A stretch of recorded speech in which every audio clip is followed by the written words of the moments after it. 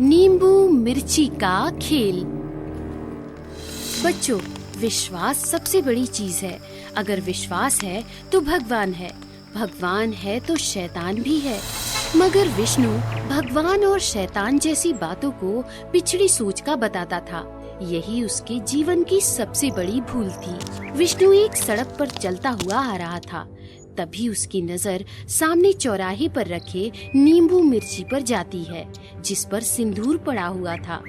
उसमें एक काले रंग की गुड़िया भी लगी हुई थी। साथ में एक कील उसमें गड़ी हुई थी, बिल्डअप की हुई। इंसान चांद से मंगल पर पहुंच गया, लेकिन छोटी और दकियानूसी सोच वाले लोगों को जादू टोने से फुर्सत नहीं। कभी नारियल, कभी पूरी खीर, कभी जलता दिया, और ये देखो नींबू मिर्च सिंदूर। इसकी तो ऐसी की तैसी बोलते ही वो नींबू मिर्ची पर जोर की लात मारता है। नींबू मिर्ची और गुड़िया कहीं दूर जाकर गिरते हैं। एक बार मुझे ऐसा करता मिल गया ना कोई, तो बहुत मारूंगा उसे। यहाँ वो नींबू मिर्ची जिस पे विष्णु ने लात मारी थी, उसमें से एक काला धुआं निकलता है, जो एक इंसान की आकृति सा बन जाता है। विष्णु चलते चलते रुकता है। उसके पीछे से वो साया तेजी से गुजर जाता है। विष्णु पीछे पलटता है। वहाँ से कोई नहीं मिलता उसे। वो साया उसके ऊपर खड़ा होता है। किसी बात पर विश्वास ना करना आपका अधिकार है, मगर लोगों के विश्वास का मजाक उड़ाकर ऐसी हरकत करना मौत को दावत देने जैसा होता है। लोग इस तरह के जादू टोने अक्सर अपनी मुसीबत दूसरों पर डालने के लिए करते हैं। जो भी पहला व्यक्ति इन टोटकों से टकराता है, वो मुसीबत जादू टोना करने वाले को छोड़कर उसके साथ चली जाती है। नींबू मिर्ची से टकराने वाला विष्णु पहला व्यक्ति था। मुझे छोड़ दो मुझे, कोई बचाओ, मुझे बचाओ। रात का समय था। विष्णु बेड पर लेटा हुआ था अपने घर में। उसके सीने पर अचानक एक सुंदर सी खुले बालों वाली लड़की उसका गला घोंट रही थी। उसने बुरी तरह से विष्णु का गला दबाया हुआ था। विष्णु के पैर फड़फड़ा रहे थे। तभी वो लड़की साइड लैंप उठाती है और उसके स्टैंड से विष्णु के सर पर जोर से मारती है। विष्णु चीखता है। विष्णु चीखता हुआ नींद से जागता है।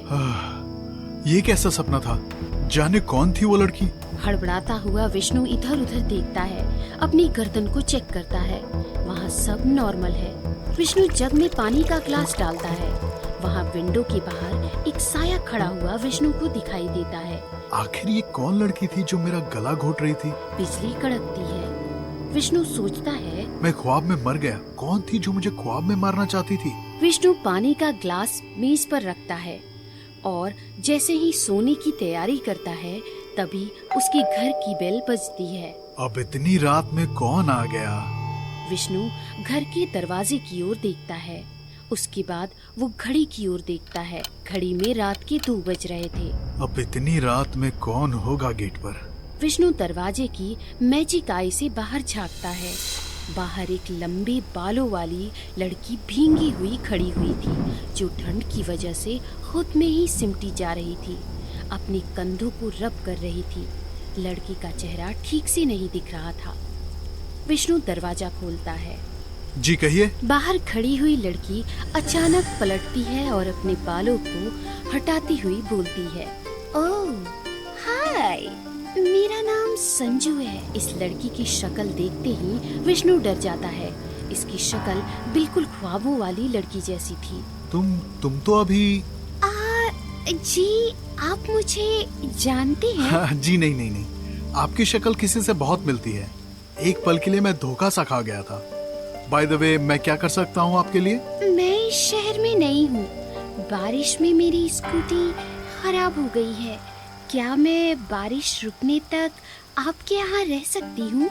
ऐसा सुनते ही विष्णु सोच में पड़ जाता है। एक अनजान लड़की को घर में लाना सही नहीं है विष्णु, मना कर दे। विष्णु के घर जादू टोने वाली मुसीबत उसके घर उसकी इजाजत से ही प्रवेश कर सकती थी। विष्णु की विचार शक्ति ने उस मुसीबत से बचने की ठान ली थी, मगर विष्णु ऐसा नहीं कर सका।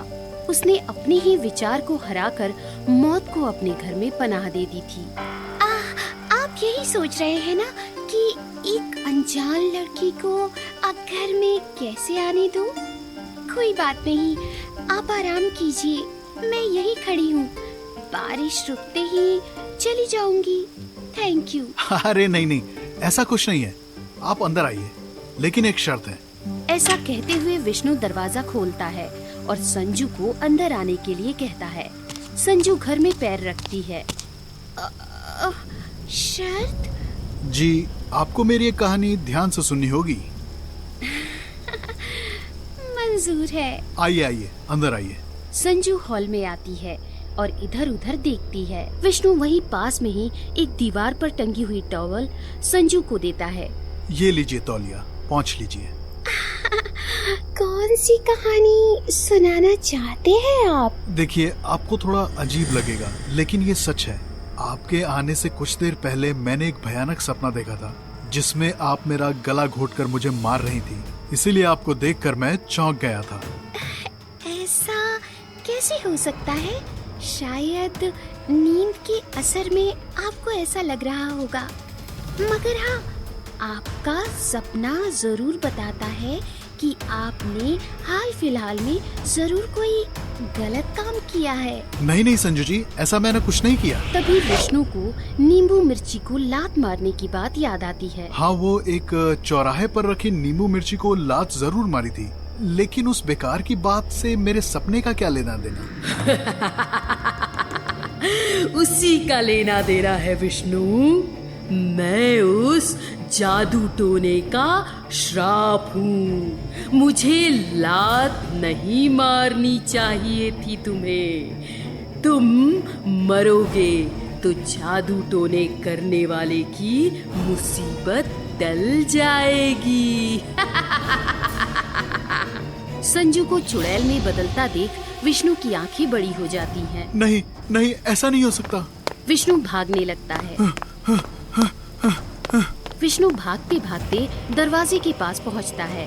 तभी चुड़ैल का हाथ पीछे से उसके सीने में घुसता है और उसका दिल निकाल देता है। विष्णु पलटता है। चुड़ैल उसकी गर्दन पर दांत गड़ा देती है। तो देखा बच्चों, कभी कभी हमारा आत्मविश्वास भी हमारी मृत्यु का कारण बन जाता है। इसलिए संभलकर चौराहे को पार कीजिए। जाने किस मोड़ पर एक जादू टोने का टोटका आपका इंतजार कर रहा हो।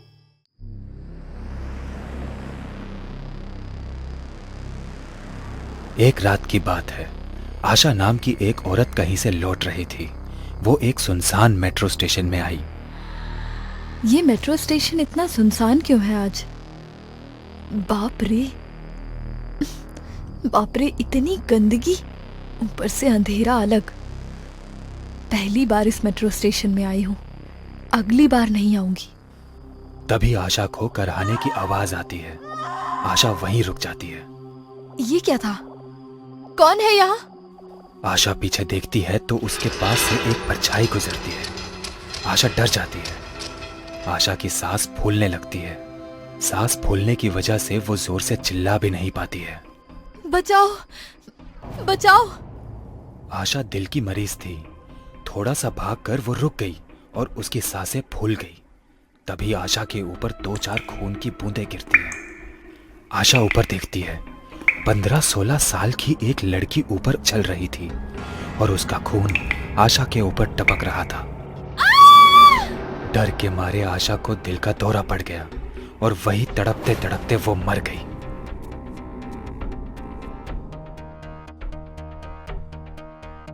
अगले दिन पुलिस आशा की मौत को हार्ट अटैक समझकर केस क्लोज कर देती है। उसी दिन रात के लगभग 8 बजे एक बच्चा मेट्रो स्टेशन के पास बॉल से खेल रहा था। उसका बॉल मेट्रो स्टेशन के भीतर चला जाता है और बॉल ढूंढने वो भी अंदर चले जाता है। कहाँ गई बॉल? यही तो आई थी। तभी उसे बॉल पटकने की आवाज आती है। उस बॉल के साथ वही लड़की खेल रही थी, सर बालों से ढका हुआ और कपड़े गंदे। वो मेरा बॉल है, मुझे दे दो। तुम मेरे साथ खेलोगे? ठीक है। भूतनी बॉल दूर फेंक देती है। अरे इतना दूर नहीं फेंकना था, मैं यहाँ खड़ा हूँ ना। बच्चा बॉल लाने पीछे जाता है। बॉल उठा के जैसे ही पीछे मुड़ता है, वो भूतनी बच्चे के सामने खड़ी हो जाती है और बाल हटा के उसके सामने हंसते हुए कहती है, अब तो मेरे साथ यही खेलता रहेगा। बच्चा उसकी डरावनी शक्ल और हंसी देख के डर जाता है और चिल्लाते हुए मेट्रो स्टेशन के बाहर भागने लगता है। वो भूतनी वापस ऊपर सीलिंग पर चलने लगती है। अब तू मेरा दोस्त है, तू यहीं रहेगा। हम एक साथ बहुत खेलेंगे। बच्चा रोते हुए भागता है। तभी बच्चे की माँ उसके सामने आ जाती है। तू मेट्रो स्टेशन के अंदर क्या कर रहा है? मैं तुझे बाहर ढूंढ रही थी।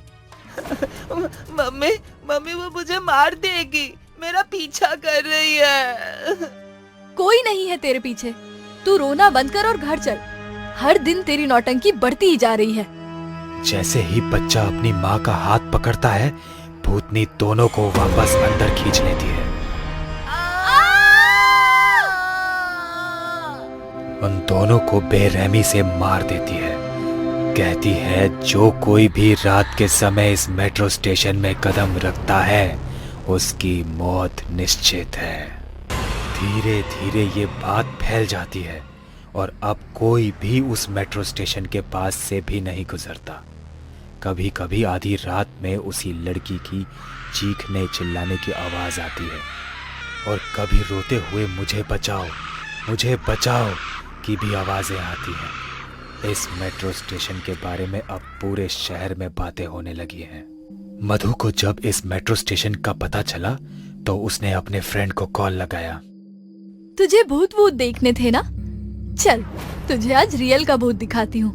मुझे भूतों पर रिसर्च करते हुए 2 साल हो गए, पर आज तक एक भी भूत नहीं दिखा। इस बार जरूर दिखेगा। मधु और अनिकेत को भूतों में बहुत दिलचस्पी थी। उन दोनों ने इस विषय में पढ़ाई भी की थी। उनकी यही दिलचस्पी उन्हें मेट्रो स्टेशन तक खींच लाई। वो दोनों वहां पहुंच गए। यही भूतिया मेट्रो स्टेशन है क्या? हाँ, लोगों का तो यही कहना है। पर मुझे किसी भी तरह से ये मेट्रो स्टेशन भूतिया नहीं लगता। ये तो नॉर्मल मेट्रो स्टेशन की तरह है। इतने भीड़ भाड़ वाले मुंबई में थोड़ी ना कोई भूत रहता होगा भला। अरे यहाँ इंसानों के लिए रहने के लिए जगह नहीं है। अरे गधे, पहले मेट्रो स्टेशन के नीचे तो चल। भूत होगा भी तो नीचे ही होगा। और क्या पता अंदर जाते ही कोई भूत या भूतनी मिल जाए। अच्छा जी, चलो ठीक है। ये देख, मैं एनर्जी मशीन भी लाई हूँ। जैसे ही कोई एनर्जी हमारे आसपास होगी, ये ग्रीन लाइट रेड हो जाएगी। ठीक है, अब तू बोल रही है तो जाके देख लेते हैं, वरना मुझे इस बात पे यकीन नहीं है। इतने सालों में तो भूत कोई दिखा नहीं, अब क्या मिलेगा? और मिल भी गया तो क्या करेंगे? मैंने गंगा जल भी ले लिया है। अगर वो भूत स्ट्रांग होगी तो गंगा जल हमें सेफ रखेगा। चल चल अंदर चल। गंगा जल, वाह, जैसे आज सच में भूतनी मिलने वाली है और तू उसे मार ही देगी। दोनों मेट्रो स्टेशन के अंदर जाते हैं। उनकी मशीन अभी भी ग्रीन ही थी। देखा, भूत ऐसा कुछ नहीं है इस मेट्रो स्टेशन में। बस लोगों ने फालतू का ढिंढोरा पीट कर रखा है। भूतिया मेट्रो स्टेशन, भूतिया मेट्रो स्टेशन। हाँ यार, इस मशीन की लाइट रेड नहीं हुई और यहाँ कुछ भी अजीब नहीं हो रहा है। वही तो, चल अब वापस चलते हैं। बेफिजूल इतना टाइम वेस्ट कर दिया। वो दोनों मेट्रो स्टेशन से बाहर निकलने ही वाले थे कि उनकी मशीन की लाइट अचानक से रेड हो गई। ये क्या हो रहा है? लगता है कोई भूत या शक्ति है यहाँ। देख, ये कितनी जोर जोर से ब्लिंक हो रहा है। मतलब यहाँ सच में भूत है? हाँ। दोनों रुक गए। तभी पायल की आवाज आने लगी और दोनों आवाज का पीछा करने लगे। वो देखते हैं कि एक कोने में एक लड़की अपना सर झुका के रो रही थी। दोनों उस लड़की के पास जाते हैं।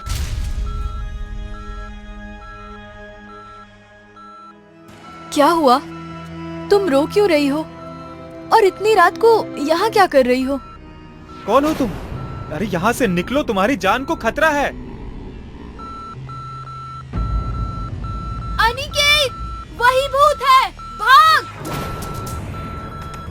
वो भूतनी अनिकेत की गर्दन पकड़ के उठा लेती है और जोर जोर से हंसने लगती है।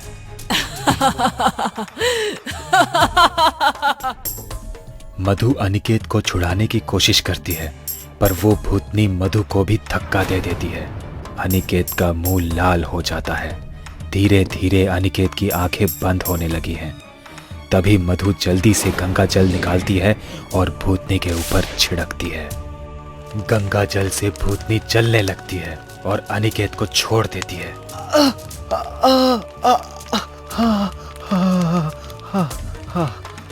हम तो तेरी मदद करने आए थे और तू मेरे ही दोस्त को मारने वाली थी। अभी तुझ पे गंगा जल डाल के तुझे जला दूंगी। आज तेरी खैर नहीं। नहीं नहीं, ऐसा मत करना प्लीज। तुम भूत कैसे बनी? तुम्हारे साथ क्या हुआ था? मेरा नाम ज़ारा है। 5 साल पहले मैं कॉलेज से घर जा रही थी और इसी मेट्रो स्टेशन में 5 लोग बैठकर दारू पी रहे थे। मुझे देखते ही मेरे साथ जबरदस्ती करने लगे और उसी में मेरा सर दीवार पे जा टकराया। बहुत खून निकल रहा था। वो लोग डर के मुझे वहीं छोड़कर भाग गए और मैं मर गई। तब से यही भूत बनकर कैद हूँ। ज़ारा की कहानी सुनकर अनिकेत और मधु की आंखों में आंसू आ गए थे। दोनों ज़ारा से नजर तक नहीं मिला पा रहे थे।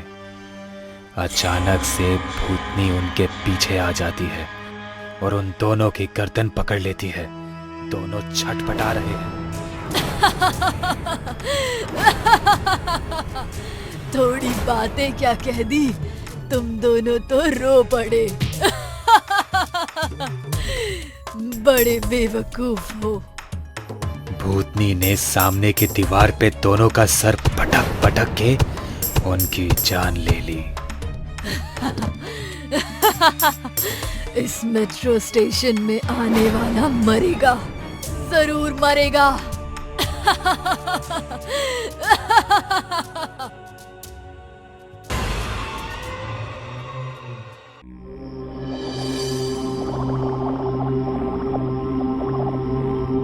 ऐसा कहते हैं कि आज का समय कलयुग का समय है।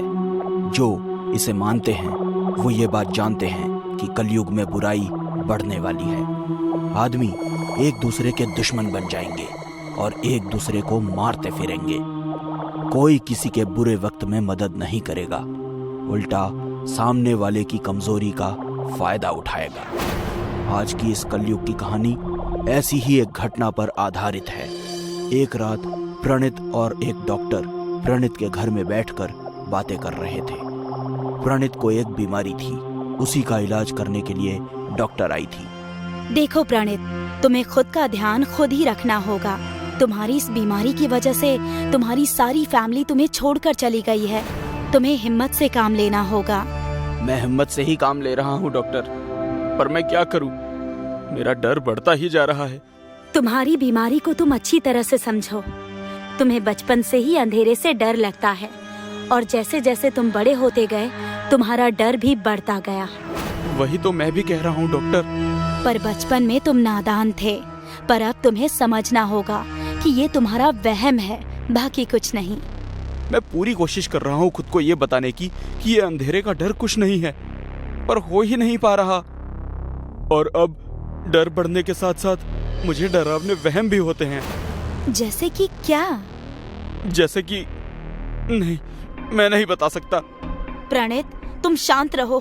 अगर तुम मुझे बताओगे नहीं तो मुझे कैसे पता चलेगा? और मुझे सब कुछ पता नहीं चला तो मैं तुम्हारा इलाज कैसे करूंगी? बताओ। जब भी मेरा सामना अंधेरे से होता है तो मुझे लगता है आसपास की सारी ना हिलने वाली निर्जीव चीजें मुझे मारने आ रही हैं। ऐसा लगता है कि वो सारी चीजें मिलकर मुझे अंधेरे में जकड़ देना चाहती हों। ठीक है प्रणित, मुझे तुम्हारी परेशानी समझ में आ रही है। फिलहाल के लिए ये दवाइयाँ ले लो, कल मैं आकर डोज बदल दूंगी। ठीक है डॉक्टर। अब मैं चलती हूँ। अपना ख्याल रखना और अंधेरे से दूर रहना। डॉक्टर वहां से दवाई देकर चली गई। प्रणित ने दवाई खाई और लाइट वैसे ही चालू रखकर सोने के लिए चला गया। प्रणित बेड पर सोने ही जा रहा था, तभी अचानक घर की लाइट चली गई। घर में पूरा अंधेरा हो गया। प्रणित बहुत डर गया, क्योंकि ये उसके साथ पहली बार हो रहा था।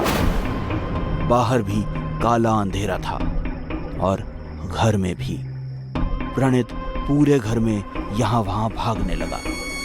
मुझे हिम्मत से काम लेना होगा, डरना नहीं है, डरना नहीं है। मुझे टॉर्च ढूंढनी होगी, वही रोशनी ला सकती है। वो टॉर्च को खोजने लगा। अचानक से उसे याद आया कि टॉर्च अलमारी में है। वो हिम्मत करके अलमारी के पास गया।